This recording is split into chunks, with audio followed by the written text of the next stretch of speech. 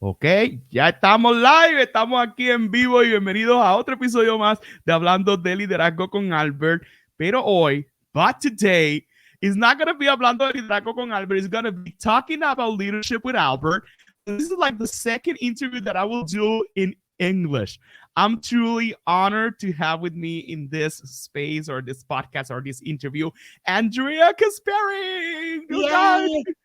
oh, hello, Andrea. I would like to introduce you before everybody start watching this interview or probably hearing my podcast. This is how I met Andrea. I was on Yes, my way to Chicago, Illinois. I was making an internship in St. Louis, Missouri, and during the weekends, I do to travel different states in the states. By the way, so I was like, okay, I'm heading this weekend to meet with my cousins back in Chicago. And then I was on, I think it was a Megabus or a Greyhound. You remember the truck? It was oh, a, it was a mega bus, honey. It was a mega bus yeah, so because it was a yeah, Megabus. And yeah, Megabus are like these big charter buses that you can travel across the states or between states. And then I met Andrea. And yes, I don't remember pretty well how we met, but I think we met back at the Union Station yes, in Chicago. And, yeah, something happens at the truck that we were laughing a lot. There was something in inner joke, and you were talking about it. And then we met. The thing is that Andrea was from Kansas City, or she's from yeah, Kansas City. And then, yeah, oh my God, this is great because next weekend I will be in Kansas. So I yes, need somebody to pick me up or take me or give a tour or whatever. Or yeah, and the thing is that she is a comedian. She's also a teacher. And as you yeah, can tell, I have been if you are following me on social media, si me están siguiendo las redes, you can tell that I'm doing some comedy or trying to do some comedy and yeah, also a teacher. So we got a lot in common. I was like, Andrea, I need you on my show. This is something that is happening with me right now. I need your advertising. I need any consejos, as you name it, or counsels that yeah, you can give me, or yeah, any yeah. advice. And it is an honor to have Andrea here with us. We will be following by Facebook since 2013, right, Andrea? Say what again? Since we are following or since we know each other, that was back in 2013, I think. It could have been, yeah, 2013, 2014. My God. Um, So yeah, it's it been was. more than 10 years in a friendship, in a Facebook friendship kind of thing, right? Yes, yeah, we've stayed in touch on social media. It's so nice that there is social media. Back in the day, it would have been pen pal, mailing a letter across the sea, or maybe not across the sea, but Americans don't know geography, so So whatever. the thing is that I'm truly honored to have Andrea as a friend and also as an advisor in those kind of things. She's a teacher. She's also doing comedy. So let me introduce yourself. This is Andrea Caspari. So let the people know who you are. I will stop talking right now. So Oh, you're fine. please, Andrea, please introduce yourself so everybody can know you here. Yeah, my name is Andrea Caspari, and I have been teaching for 20 years. Madre mía, 20 años, 20 years. Teaching. She's a Yeah, teacher. 20 years high school. And then I did 2 years as a graduate teaching assistant. So 22 really in the classroom. And then, yeah, and I've been doing comedy for 22 years as well. I started comedy in 2001 and then I took a little break for college. But yeah, I've been doing comedy like on the side. And now comedy is overtaking my life. Wow, it's very interesting. How do you find out? Yeah, you will be a teacher. We have like this momentum that we are in high school and we have to go to college and we have Yeah. to prepare for something that we're gonna be professionals Yeah. in the future. So how do you find out and you decide to be a teacher? So it's very funny because I was actually going to school. I went to college to be and just like not an English professor necessarily, but like a writer. I didn't really know what I wanted to do, and I thought maybe teacher, maybe something just with English. I just love the language and I love poetry and writing funny stories. So I thought, well, I'll just get an English degree and we'll figure it out. And then 4 years passed and they said, well, where are you going to grad school? And I said, grad school? I don't even know. And so I was at the University of Central Missouri and they said, we'll stay for 2 years. We'll give you, we'll pay you to teach and get your graduate degree in English. So I did that. Still hadn't decided to be a teacher. And then I got out into the field or into the work life and I couldn't figure out what I wanted to do. So one day I had a law school book and a Hallmark card writer application laid out on my floor. And I was trying to decide, do I want to do law school or do I want to be a writer for Hallmark? Because Hallmark is based in Kansas City. Yeah, I've been there. I went to the tour. It was so much fun. Yes, right there in Crown Center and the Kaleidoscope tour. I bet you went to that. Yeah, right there. So I said, oh, what am I going to do? And then my friend Christine called me and she said, you know what? I've been teaching and they're paying me to go back to school to get a teaching certificate. And I'm teaching in the inner city. And she said, you know, it's really fun and the kids really need us. So I joined and I went through that program. They paid me to become a teacher and I did it. And I loved it because I said, well, I'll try it, you know, and I just jumped in and I fell in love with the kids and my colleagues. I'm still friends with everybody. I don't lose a friend. I just keep them. So yeah. This is great. Can we go back to the first time that you arrived to the school as a teacher? Probably it was not on your goal. We are going to be teachers. We never dream about being a teacher, but this is my first time here. I will arrive at school. This is my group. This is the momentum. This is something very special because when we work as teachers, the first group that we teach are the ones that we always remember. This is a history moment. I bet that you always remember those kids from the first time that you teach. They are all professionals right now. Probably they are even grandparents, probably. And then when you arrive at that moment, what was passing through your mind? Yeah. So I taught at an alternative school called 21st Century Learning Center, and it had a 5-year grant. So this was, it was a special school for students who needed to graduate. They were students who had dropped out of school and they needed to come and get their diploma. So they came back to school. So we only had like 30 kids. So there were like 2 to 3 in a classroom, and we were able to bring in speakers. And I brought in like improv people to play games and teach them. And it was a very special 2 years. We were on years 4 and 5, and then they lost the grant, and then I changed districts. But I'm still friends with these kids. They're all like so old now. They're all, I mean, seriously, I started teaching in teaching high school 2003. So they were 17 at the time. These are 37-year-old humans now. I was almost their age when I taught them. Wow. Because I was just fresh out of graduate school. So cool. Yeah. So I mean, I was getting my degree, my teaching certificate while I was teaching them. So instead of doing student teaching, they just threw me in the classroom. May God help you. Well, yes. So that's what you did to me. And so, you know, and then I'll never forget the first time that someone took a cell phone call in the middle of class, because cell phones were new. Nobody had a cell phone. And there was a girl, and I'm still friends with her on Facebook, Celeste Brewster. She took a phone call. What up? And I said, what was that? Are you on the phone? Yeah, but on the phone, not on the cell phone, on the phone, because it was not a big deal on those days. I can tell. I know. So funny. Yeah. So you became a teacher. What happened next, and how do you find out that you are part, or you have this gift for comedy or for improv? Can you share us your story in improv and comedy? For sure. Okay, absolutely. So this was kind of, so that happened in college in 2001. I was dating a guy who worked across the street from Stanford and Sons, which was the biggest Kansas City comedy club. And he said, "You're funnier than those guys." And I said, "I've always wanted to try it. My dad was very funny, and he had passed away in 2000. And so I was living in his house. He left me the house, and I'm still here.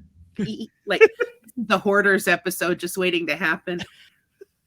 It's not good. But anyway, so in 2001, we move in the summer, and we're living there. And my best friend Tamara comes to help me fix everything up and everything. And so we go to Stanford and Sons, and you know, I watched the guys, and I said, "I'm funnier than them, and I'll see you next week." So that every Tuesday they had an open mic, and like 30 people could perform. And so I called that morning and I said, "I want to be on the roll call, you know, the roster." And they said, "Come on down. We have a meeting at 6 and you perform at 7. And I was suddenly doing comedy. And of course I made friends with everybody, and we did open mics around the city. And then I started doing paid work, and it was fun. Wow. Well, let's just go back once again as we did with Of the course. first time that we talk about teachers. Okay, this is the first time. We got to meet at 6 and then the show is at 7. This is the first time that you will be given a show. This is the first time that you will be in front of tons of people, probably just a small club, and making them laugh and have fun, which is Yeah. an enormous responsibility because people are expecting that you make them laugh. Yeah. So what happened at that meeting at 6? What did you talk about? And you are not a comedian by that time. This is your first time. Did they give you instructions? Did they give you some rules? What happened at the moment? Yeah. So, and I want to tell both about the meeting and the first show. That I want to tell about 6 o'clock and 7 o'clock, because Okay.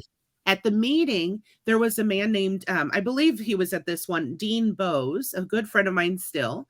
And we ended up doing an improv troupe together. But at that time, I don't even know this guy. And he says, here are the rules. You're going to get 3 minutes. You're going to get a light at 2.5. You don't go over the time. Do your set, do whatever you want, but make sure that you don't go over time because that takes from somebody else and da da da. And you line up and your number, whatever, and everybody got their numbers. And I was like number 5 or something out of 30. And then there was a guy ahead of me. So this is what's funny. So we're downstairs and there's a man who has this huge curly hair and a bigger nose and just kind of looks a little different, right? And he has an igloo cooler. There's a cooler. And I said, oh, he must have his lunch in the cooler at 6 p.m. I don't know why he has a cooler. Okay. So who is this guy? I don't know. He just looks different. He looks funny. I don't know. So I have all my friends with me, and they're in we're sitting together and waiting for my turn. And I think it was like number 3, the guy who goes third, is that funny looking guy with this big, almost like clown hair, almost like a clown, brown hair. Okay. And he gets up and he says, this is my pet. He opens the igloo cooler, and he pulls out an animal. And he says, this is my pet. I'm going to make it talk, or it's going to do tricks for you. And he has a vacuum that's already been set on stage. And he starts freaking out because the animal won't talk. And he says, I think he's dead. We have to revive him. Okay. And it is a live possum. Or not alive. It is a dead, but a real animal, roadkill. Oh. And he stuffs the vacuum into his mouth. And the little animal doesn't revive because he's been dead 2 or 3 days, right? And he's doing tricks with him and whatever. And everybody starts to freak out because when he puts the vacuum in, the whole place smells like death. Because so what I'm saying? So like if you put it in and the air goes everywhere, so it smells. So he fills the room, he fills the club with the stench of death, of meat, of when you pass by roadkill when you're driving and like this. So everybody there are people running to the bathroom to throw up. Wow. This guy runs off stage and he gets kicked out for a long time, for years. Wow. Okay. And I have to go next. One guy between me comes and sprays Lysol on everything. And then it's my turn. We're talking about before pandemic kind of thing. So we were sharing the microphone without this is before pandemic. We don't even think about it. Yes. So no, this is July of 2001. And so here's this guy doing all this. And then, you know how it's like, if you've ever heard that, this act, it's hard to follow, right? Somebody's so funny, it's hard to follow. How about somebody has walked out half of the room? So I don't even have an audience but my friends to perform to. My friends are sitting like this and everything is stinky and it just smells like death, like a dead animal. Wow. And but I had to get up there and do my 3 minutes and I don't even want to touch the microphone and it smells so stinky, and I did my 3 minutes and I kept going back and forth and it's so funny because that story is legendary because that ended up being my friend Kyle Paris, one of my best friends in the whole world. And we still are friends to this day. He lives in Chicago. And when I met you, I went to go see him right after that. No, you gotta be kidding. No. The one from the dead animal? Yes, the And dead igloo. animal guy. He's like a performance artist. He Okay. does funny things like that. Like he'll paint a picture, but he's wearing chaps that don't have a butt to them. You know, he Okay. turns around and you see his tushy. Like he's very funny. He likes to, you know, he did like a dive into cherry pies and things. You know, he's very he's funny, but he does like performance art. So I had no idea I was dealing with Kyle Paris. They should have put him at the end, right? You know, you Okay. can't follow that, but they didn't know that he was going to do that. They just knew he needed a vacuum on stage and he had a secret. So Okay. he was banned for years. Wow. And then he moved to Chicago. Yeah, he was banned. The club said you are not me. So some of the rules in the club, you don't have to give them what jokes you're going to talk about or even like on a script. You just go there. It's an open mic. You're free to do whatever you want, but these are some rules. Yes. Probably it's changed, right? Yes. Well, no, so say what you're saying. Probably it have been changes after that because you know some new stuff or after that. So there are some rules that you have to follow up, even though it's an open mic, and you have to respect some kind of stuff because you're working with people and even the commentaries or something that you're going to talk about. Yes. Well, and that's a really good point. I mean, even after that, I'm sure there was some rule with please don't bring a dead animal into the studio, right? Like, I mean, people were throwing up. I mean, vomiting into the bathroom and then leaving, and it was some complaints, and it was not good. But yeah, they really still to this day, the rules are really just the directions of how they're going to go. And one of the number one rules, as they said, is don't go over your time. If you're given 3 minutes, you do 3 minutes. You don't do 3.5, because when you have 30 people doing 3 minutes, that's a 90-minute show, but you have a minute between and you're introducing. I mean, that becomes a 2-hour show. Every minute that you do takes a minute from someone else or makes the show too long. And everyone's, you know, oh, I'm tired. Oh, blah, blah. So everything is about making the show the best you can. Okay. But we have that whole free speech thing. I have never seen anyone say, you can't say this or please send me, except for I do clean comedy most of the time. So Okay. they do say, please. So those are some rules. So this is a good point. Mm-hmm. They'll say, please, no, don't cuss, don't talk about things. And I filmed a special that should be out soon on drybarcomedy.com. Okay. And I filmed a 25-minute special, and it is so clean. You can't even say, oh my God. It was that clean. Wow. Yeah, no cussing. You can't talk about sex. You can't talk about drugs. Not that I, do either one of those. I'm married, so. Okay. Well, what is Cassie? What is Cassie? That you cannot talk about Cassie, or what was that? Not talk about. You can't say, "Oh my God." And you can't. Oh, no cussing. No cussing. No cursing, no bad words. Oh, good thing, Yeah. good thing. Yeah, I said that so fast. No cussing, but no bad words. Okay. So, now in the clubs, they don't care. But when you do a special, because these are all, they're very religious. This group, when you do certain and also in schools when we're doing speaking, you can't cuss to these you can't say bad words. Yeah. When you're doing a motivational speech for a school, you can't come and say bad words. No, not at all, and even in college. So this is the first time you start. What was your jokes at that moment? What was your show about, and how do you make this bonding with the public after this mess before after this show? How do you did it? Yeah. So I probably at some point, somewhere under the piles here, I'm sure I have my jokes from that night. But really what I was doing, what I didn't know, and here, let me give you a tip. If anyone's doing comedy, what I was doing was not good. I was writing 3 new minutes. I thought I was really cool. I wrote topical humor. Topical meaning like when you see The Daily Show or you see a night, the night show, David Letterman, that's old, right? Conan O'Brien, who's out there now, Jimmy Kimmel, Jimmy Fallon, like this. They have a monologue, and all those jokes are almost like throwaway jokes. They have a whole staff, and they write the jokes, but those jokes don't work later because they are of the moment, right? Yes. So I would look through the news and I would write of the moment. I didn't do personal really. I didn't do anything that I could really repeat. And I didn't know that was a bad thing. And so I kept doing and doing because I thought, oh, I'm so smart. I'm so funny. I can write 3 new minutes every week. And then I wondered why I wasn't getting work. And I asked the manager, why am I not getting work? I'm funny. He said, oh, you're funny, but I haven't seen you do the same joke before. And I said, yeah, see, I never do the same joke. And he said, no, you have to build a set so that we know this joke always works. This joke we can throw out. You have to do the same set every week until you perfect that joke and then you move on.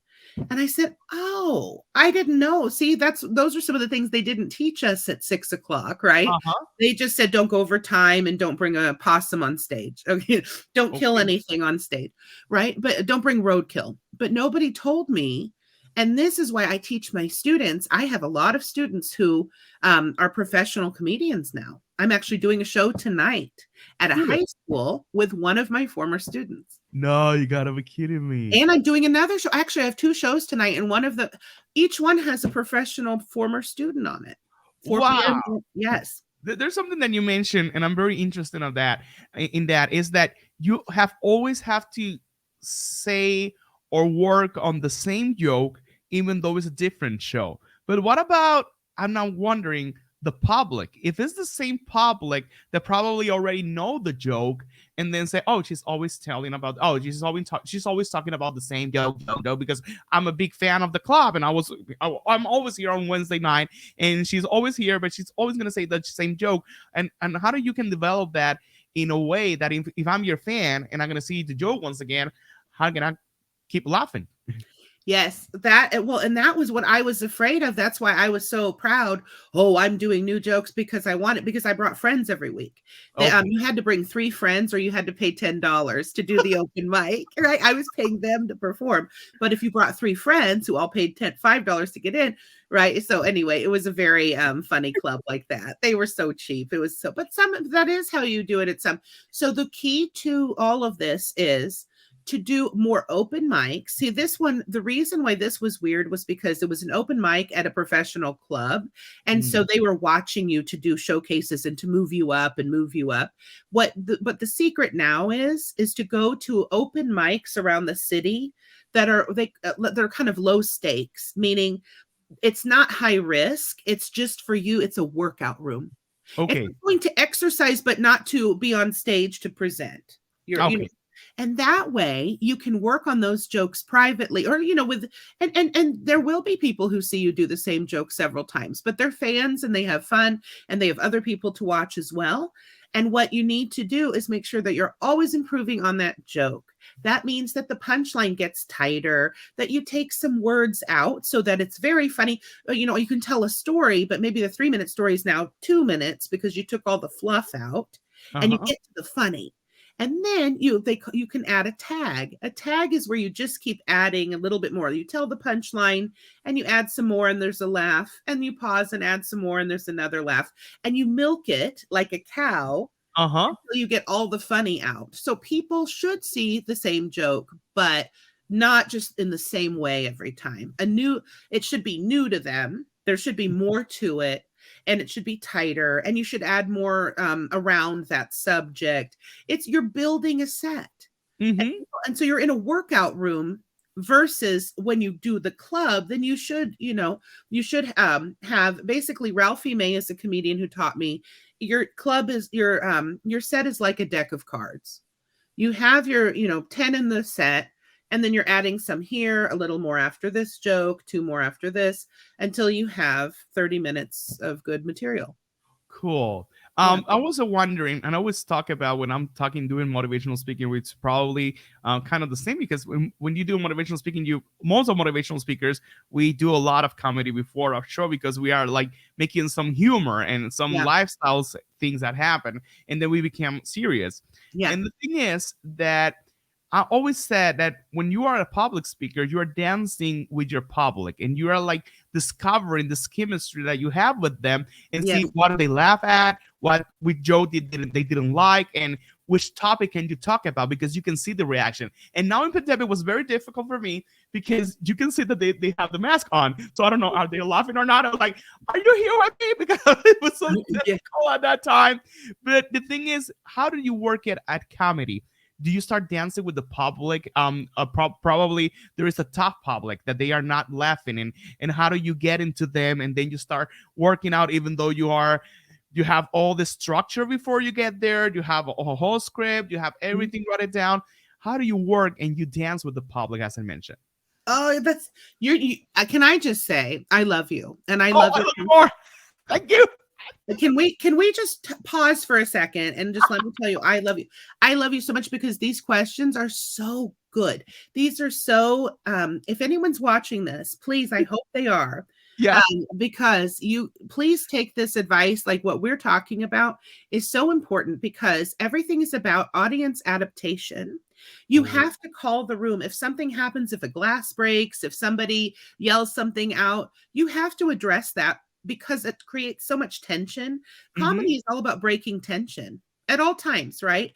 You tell a joke and people wait for the punchline, and you break the tension. So if somebody yells out, "You suck," "You're ugly," whatever, you have to say, you have to have a comeback, or you have to, I don't really get heckled or anything. And on a professional level, people really don't, but you have to address the room.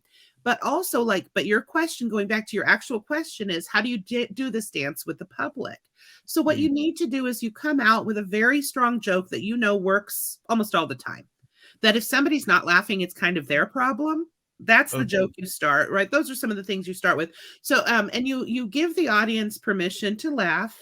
You don't step on their lines, you don't step on their laughs. This is something big too. A lot of times people say you have 10 minutes and then everybody's pushing as many. I'm going to do 30 jokes in 10, like this. No. Here's what you do. And this is how you win contests. This is how you make people feel good. My husband taught me this. He's not even a comedian, but he helps me write. He's very funny. And here's what he said. If you have a 3-minute spot, write 2 minutes of jokes. And some people say, oh, but then what if I have all this time? Oh, what happens in the dead silence? No, that's your time to dance. That's your time to play. You give them time. You give them a relaxed environment. You're so confident that everything's going to work. And that gives you time to play. That gives you time to do the improv, like to add something if you want to. And you play. And if there's something that they don't like, so let's say, and this, my friend Dave Caius, on February 14th, on Valentine's Day, we did a show.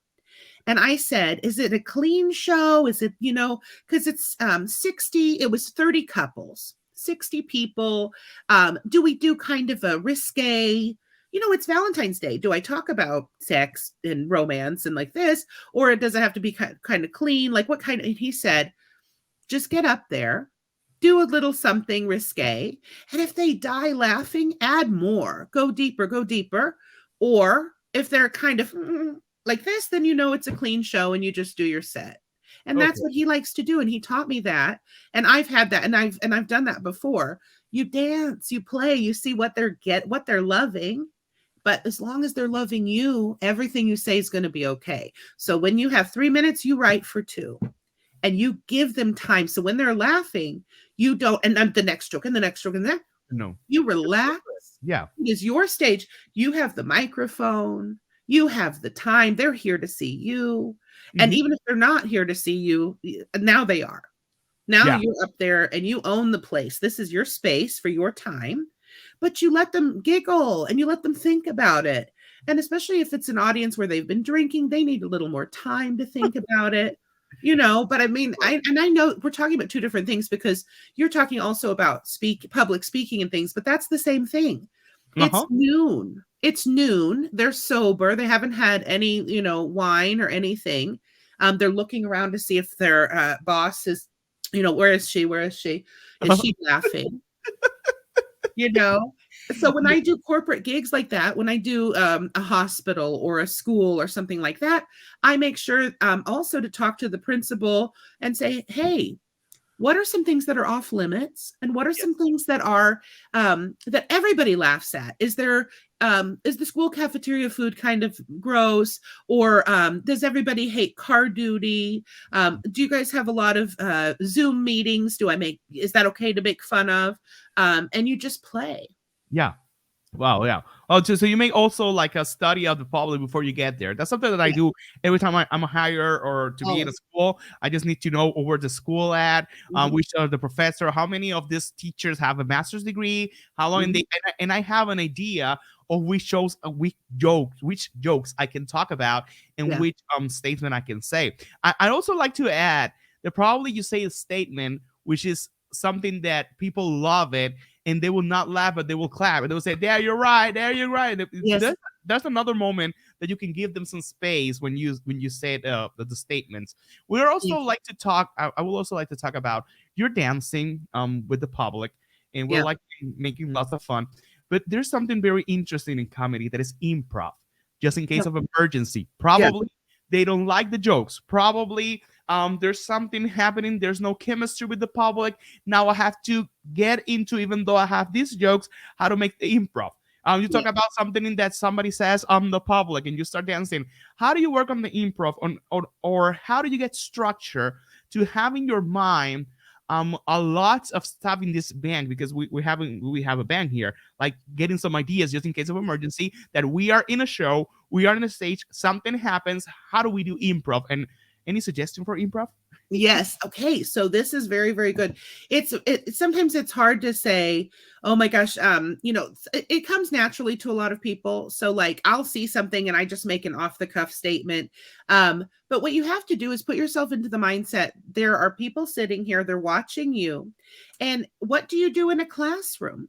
The kids are, your students may be bored, or you may have some kind of dry lesson that you just have to get through, but you make fun. It's a self-deprecation is making fun of yourself. So you can make Yes. a little joke like, hey, so, hey, some of these jokes work. So I actually have a joke, and I don't use it often, but you have jokes that you can use that you have in your back pocket. Mhm. So if a joke doesn't work, or it doesn't get the laugh I want. I have one joke that just never gets the laugh I want, but I love it so much. I love it so much. And I always say, sorry, some of these are just for me. That statement brings them back. They giggle, and then you move on to what you think will work. And the comedian Phyllis Diller, a very famous comedian in America who passed away several years ago, but she was one of the groundbreaking women in comedy. She said, always you start with what you know works, you intersperse things that may or may not work, and always have in your back pocket the next thing that you know works. She said, comedy is like that kind of a graph, right? Up, Mhm. down, up, down. So you always know you can try something. It's okay to try something different. It's okay to have just, not everything's going to just be peaks, because to have a peak, you have to have a valley, right? Even if Mhm. it's not big, you have to, so you get to the next thing, you get to the next thing, but you never ever want to let them think that they are winning. If it's not a contest anyway, right? But if it's an adversarial, rude group, you get through it. So if you're asking what is it like to bomb, oh, I have bombed. Not a lot, but many times, right? Not many times, but you feel it. I Okay. sweat. It's called flop sweat. I'm like, oh, and you just get through it. I know it's funny because I can tell if I bombed a set, if I had to get into extra jokes because Oh. they didn't laugh long enough, because I'll have 10 minutes prepared, but they only laughed for 5, and I have to like, oh, I better dig back and grab some other stuff. But it's kind of rare because if someone's hiring me, they know that I'm for that audience is going to appreciate it. But every once in a while, there will just be there was something they didn't like about you, or you might have said something that ticked them off and you didn't know. And then you go, oh, shoot, I just lost the room. And so you bring them back in. And so Mhm. with improv, you just kind of call the room. If there's, you just kind of look and you figure out what else can I do to bring them back? And if you just need to make fun of yourself, I used to have a joke. I really never used it, but it was like, some of the, My jokes are like my boyfriends. Some work and some don't. You know. Yo, that's very interesting. There's something very that I would like to mention out is that comedians are very smart and intelligent people, as I can tell. Probably they can say they just make comedy, but when you are hearing a comedian, even though you are making lots of reflection, it was like I never thought about it, and we're also like very observers, and I never thought about that. I'm like always, and you're making people react something that is common. So how do you prepare for your comedy show, and how is your lifestyle beside what you do with comedy? Probably I can tell. What do you do? Do you watch another comedy shows? Do you read books? What do you do for getting ready for it? How do you I prepare? I have books all over here. Here are the two things. You say, what do I do? Uh-huh. I read books about comedy.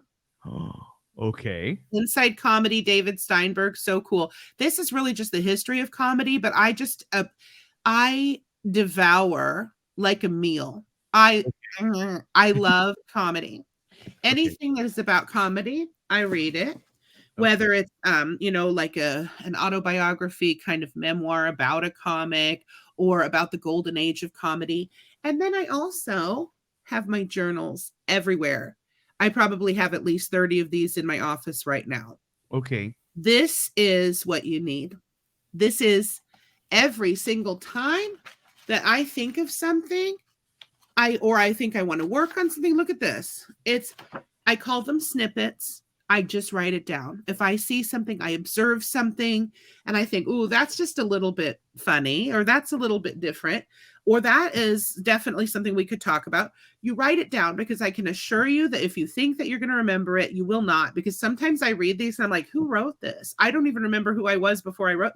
Like, I'm serious. I will read through old stuff and I'm like, dang, that's some good stuff, and I pull it back out. Some of it may never get used, but it's in the act of writing. It's the act of thinking. You may get something else out of it, or you may it's good to write every single day, and it's hard. It is hard, but you have to, anything that you observe, it doesn't have to be funny. Judy Carter, in her book, The Comedy Bible, I wish I had it. I probably do have it somewhere. Yes, I do. Oh my God. I do. She's right here. Do. She's my friend. She is my friend. Okay. The Comedy Bible by Judy Carter.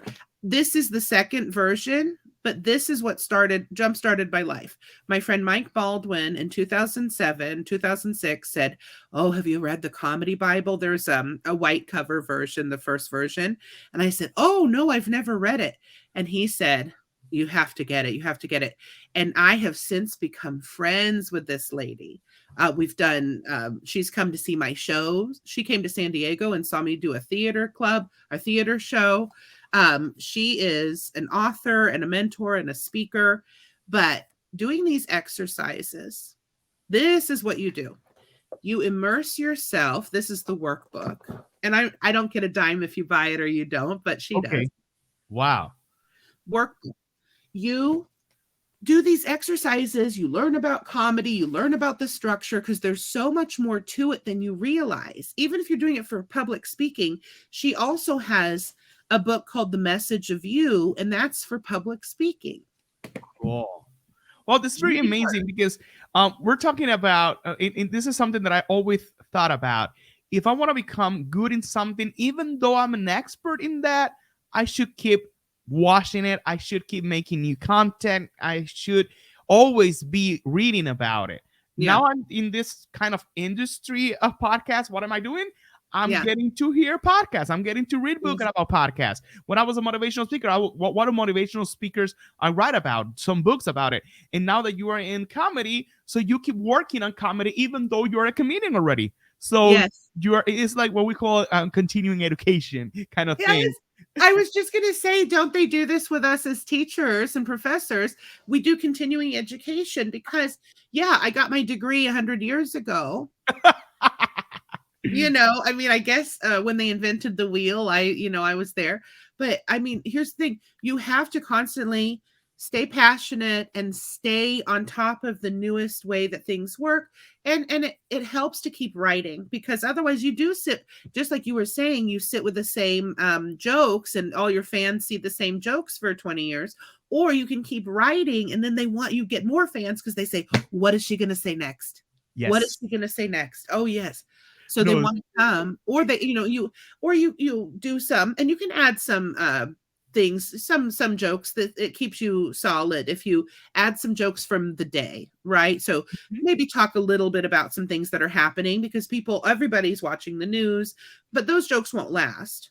I can tell you, I don't want to say it's a waste of time, because the exercise of writing is good, and it'll work for a few days. But right now, if we were to talk about politics, it changes every 5 minutes. So. Yeah, it's in constant movement, and it's very kind of, how do we name it? You have to be discretional and beware of what you want to talk about. Well, that's another thing. You have to kind of decide what kind of comic you are. And Mhm. you and I are very likable, and it's hard to buy likability. It's hard. You can work on it, but some people want to just be political. Some people just want to, do religion. Staying away from politics, religion, and sex is my number one. I don't want to divide the room. It's Yes. hard enough to get everybody to laugh, because you have 300 people in a room. You don't know what kind of day they had. They don't know if they think your hair looks stupid. You don't know if their tummy hurts. Like, you don't know. And then now I'm going to talk about politics and divide the room and upset somebody. Really, comedy and public speaking is supposed to be motivational. It's supposed to Mhm. be fun. Yeah. Oh, Yeah. as leaders and always being leaders, this is talking about leadership, and what I was finding out that when we talk about leadership, there are leaders everywhere.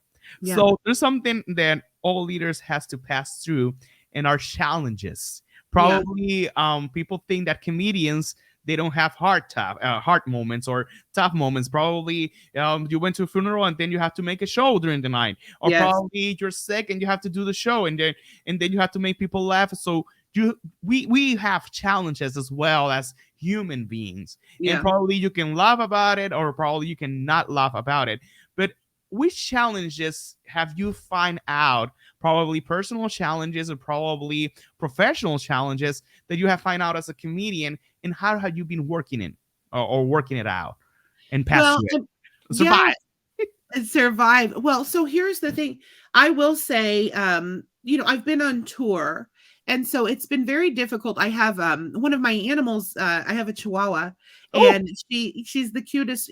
We have three rescue dogs, and they're ancient. These are the oldest animals on record, right? uh-huh. Somebody's going to come to our house and do an interview and say, "Oh my gosh, you have 200-year-old dogs." Like, I've never they will, and I'm so glad, and I knock on wood that but they won't die. We adopted them like 13 years ago, but we've been too good to them, and now they're like, we're here. So they're just peeing on the floor, and some of them are on medicine, and some, I said, is it too crazy that my Chihuahua has a cardiologist? Wow. My Chihuahua has her own doctor, but that's okay. So her own heart doctor, and I don't, right? Okay. We Oh, can sorry, only afford sorry. for the Chihuahua. Okay. So, yeah. So these are things that are on my mind when I'm on tour. Like the other day, I was, they asked me to go. They said, "Can you go to Milwaukee tomorrow? Can you go to Wisconsin a day early?" Okay, so I had to make lesson plans, and can you print this out? And then someone said, "Oh, they didn't get printed out, and the sub is wondering what to do." And I mean, all of these things are on my mind, and then it's like, and it's showtime. Yeah. But you have to turn it off, and you have to understand you're there to do a job. This time, whatever it is, it's your 30 minutes, it's your hour, it's your 15. You absolutely, when you hit that stage, you are there to leave these people better than they came in. Wow. And Wow. then you can deal with everything else when you leave. Wow. And how about, this is something that I always talk about, and it is the health issue, because probably we have not normal itineraries or not normal schedule, because Mhm. we have to, probably our diets are being worked on, because probably we're traveling and we don't have time to eat as we like to do. We're eating on a mega bus, or the only thing that we can eat is a Grab or something that we can buy at a gas station, and Yeah. probably don't have time for exercise. Probably we can get sick. But Yes. people don't care about if you're sick or not. We pay for you being at the show.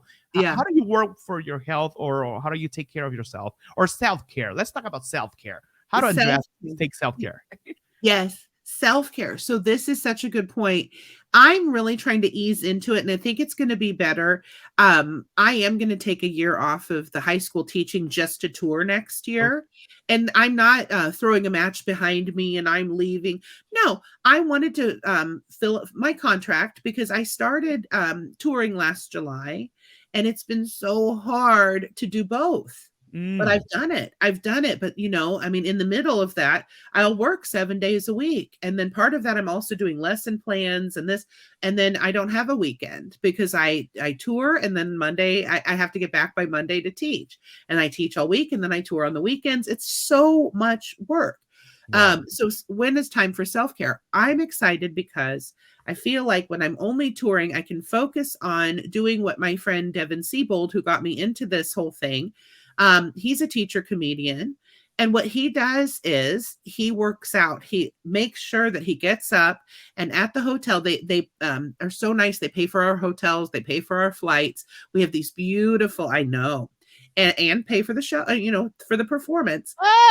Hey, I know. I'm not mad about it. Right. Oh, but me neither. I will love that.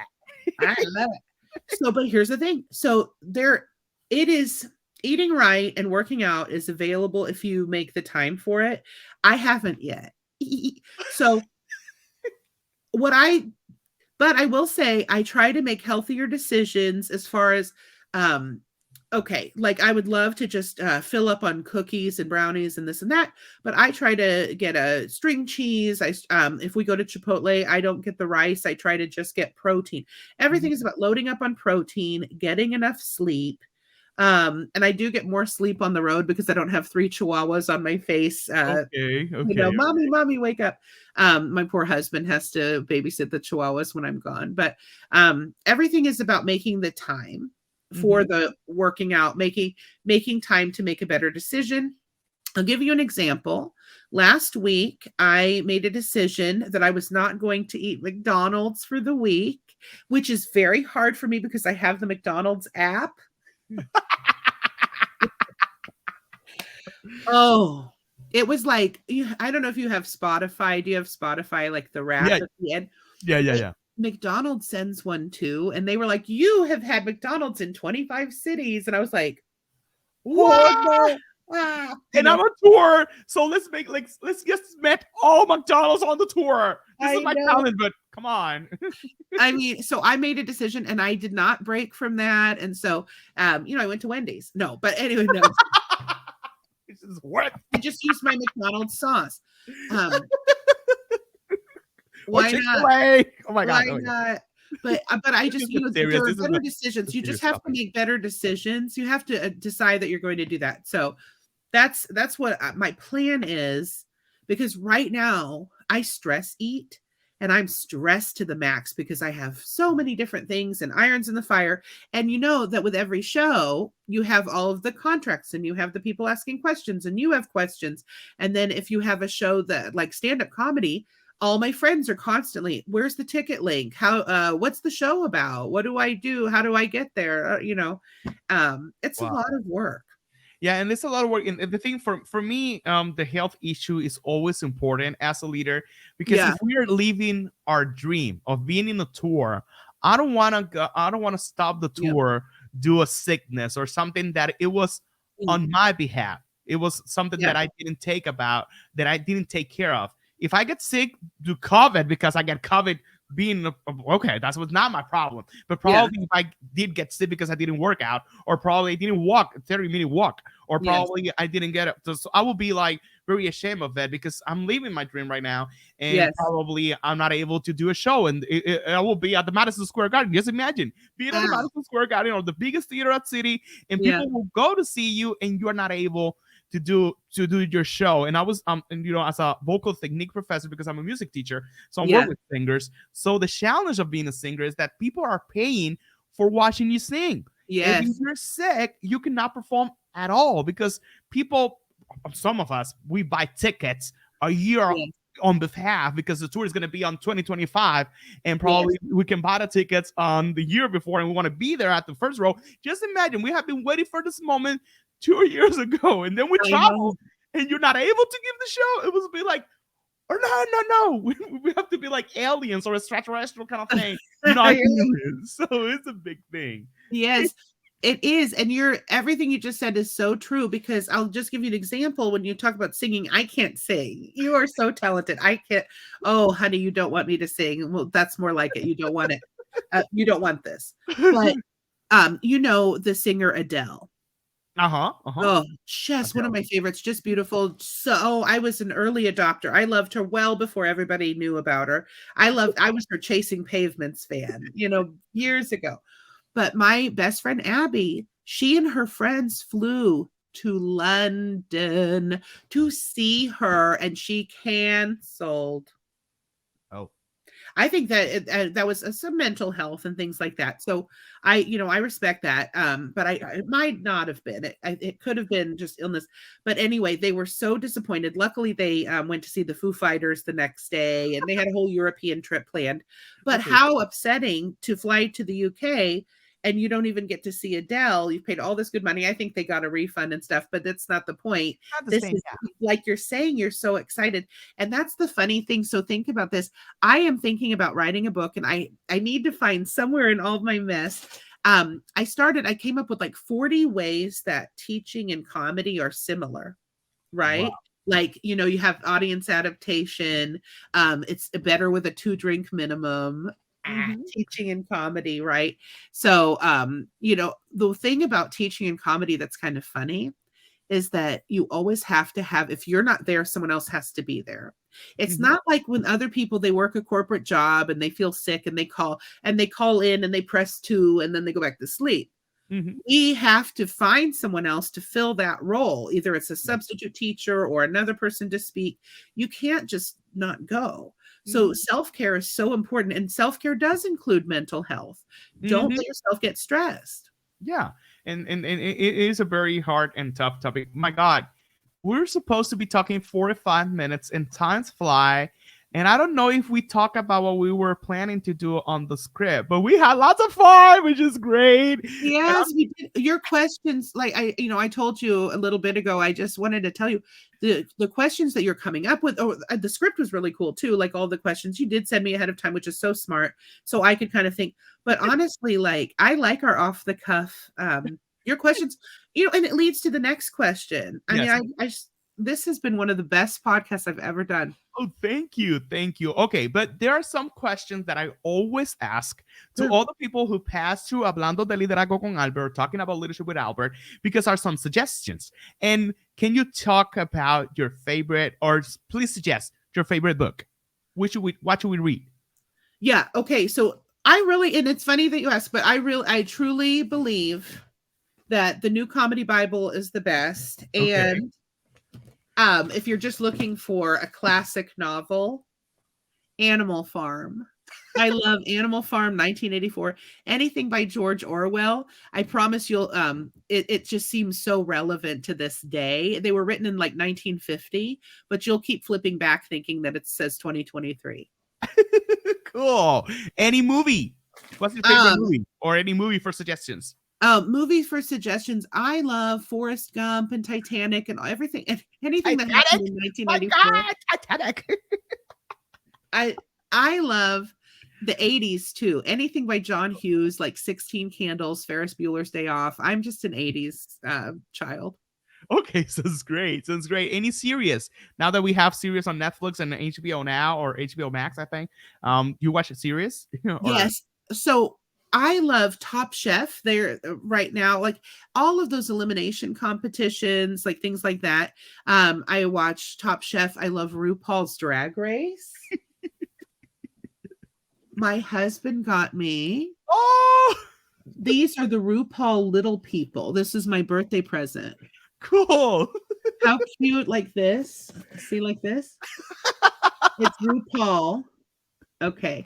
My husband knows me well, right? So, yes. So, RuPaul's Drag Race. Great. What about your hobbies? What do you do for fun? besides teaching and comedy? So teaching and comedy are my hobbies, but really one of my favorite things is just to snuggle in the bed with my family, like just throw all the dogs on me and just like this and then nap. Okay, that's And great. spend time. I love to spend time with friends. I'm also kind of a foodie, and so we have like I always joke because we have in Kansas City, it's called Restaurant Week, in usually in January, and it's like a 9-day, 2 weekend thing, and I always say that's like my Christmas. Oh, And they have all we these met at this specials. barbecue place. What was the name of this barbecue place that we met? Yes, I we thought have we did Cheesecake Factory. Where did we go? Yeah, we went to the Cheesecake Factory, which is a normal kind of thing because we have now in Puerto Rico, we have a Cheesecake Factory. But we Yeah. went to had barbecue at some place. It was a very famous place that you took us. Yes. Was it Gates Barbecue? I think it was Gates. It was Gates Barbecue, and we catered that for our. Yes, I take pictures. I take pictures, and I have lots of fun because it was a barbecue, and barbecue is a big deal in Kansas. Yeah, so we have lunch. We went to the Galleria. We went to the Cheesecake Factory at Galleria. It's Galleria the thing or the Plaza? Oh, the Plaza. And Plaza. it's supposed to be. It was like the sister to Spain, to either Barcelona or something, Madrid. I'll have to look up, but it's one of those. But yeah, the Plaza. The Plaza, which is like It's a like boulevard. It's a lot of malls, and there's plenty to do in Kansas City, which it's in Missouri, and it's right on the frontier with Kansas, Kansas State. So there's another question. Oh, your favorite comedians? What are the role models? Your role models? My role models. So I am in love with Robin Williams. I mean, I loved him so much. He really just everything about Robin Williams. I grew up with him, loving him. And then George Carlin, Margaret Cho, and I got to meet Margaret Cho last summer. Cool. So that was cool. I got to hold her little dog, and she's so cute. George Carlin. I'm trying to think. I have so many different comedians. I really just absorb. Like I was saying, I'm a student of comedy. So like you were saying, when you immerse yourself, do like if you love something, do a lot of it. Study the greats. How did they do it? I love Amy Schumer. I really do love a lot of the comedians. Cool. What about music? What's your favorite music? What do you hear at Spotify? Yes.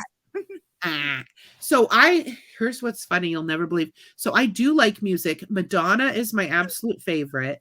McDonald's? Madonna. Sorry. Say what? McDonald's? Once again, McDonald's? We're talking about music. Madonna. No, Madonna. I cannot believe. I have to laugh. I have everything here. It's all. I didn't even have this prepared to show, but this is Madonna. Okay. So I know it's Madonna. I just you said McDonald's.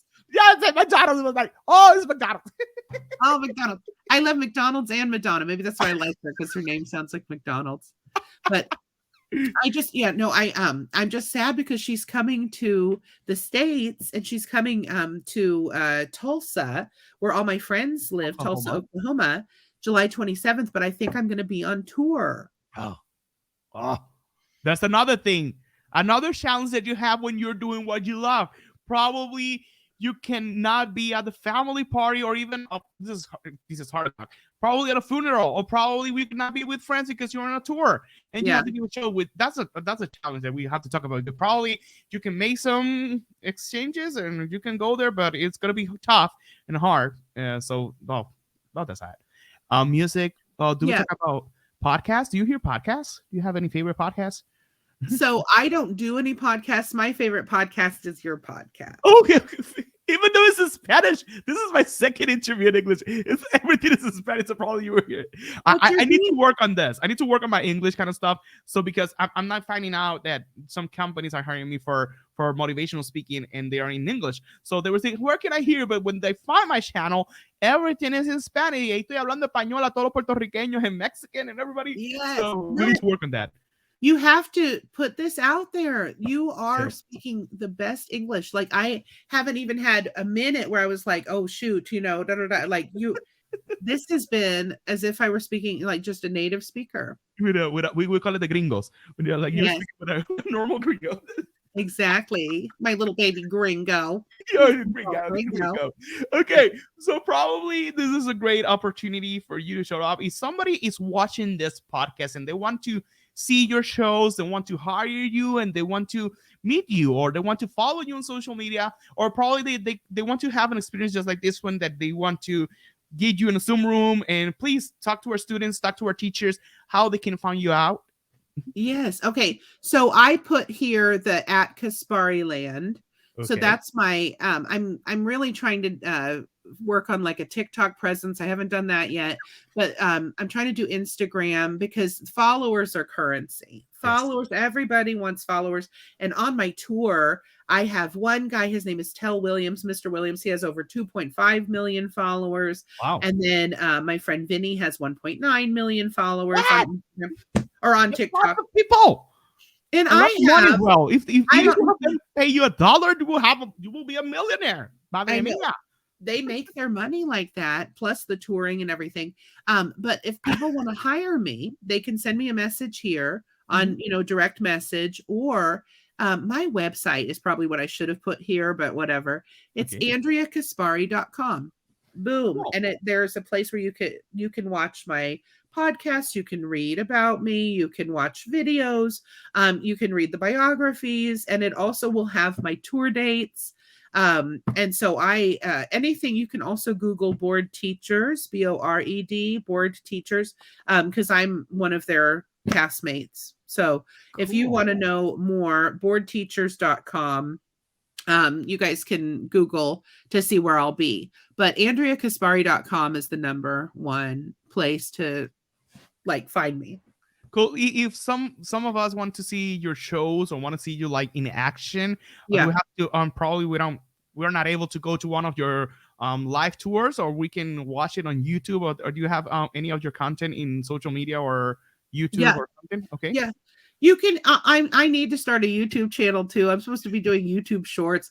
All of this stuff. It's like, do I do grading and planning, or am I doing social media? It's so hard. It's so hard to balance. You're never done as a teacher or a comedian or a speaker. It's constant. It's constant. So, but yeah, you can Google me. I know, right? Google me. But I have a ton of videos out there, but also on andreacaspari.com. That's your one-stop shop, because you have the video clips, and I've done a few other podcast kind of things. And I mean, that's where you can see all of that. But yeah, my dry bar special should be coming out soon. So it's a 25-minute, very professional comedy special. And that's that'll be at drybarcomedy.com. It'll be all over YouTube, and it'll be on my website. No, interesting. Well, Andrea, I just want to thank you for your time, even though you have a full schedule. I just write you out this week, and hey, you want to be on my podcast? I have a spot on Saturday, and thank you once again. I wish you the best in all your shows. Please keep doing it as you're doing it, and good things for you in the next few years and days, and hope to meet you again so we can laugh a lot. Probably, I'm pretty sure we're gonna make some shows soon, and keep it up. And please, you're always welcome here at PR at Puerto Rico, so make yourself at home.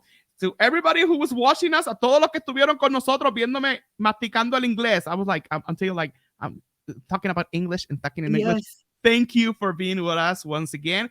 So we will meet again on next Monday on another episode of Talking About Leadership with Albert, o Hablando de Liderazgo con Albert. Have a good night. Thank you, Andrea. Gracias.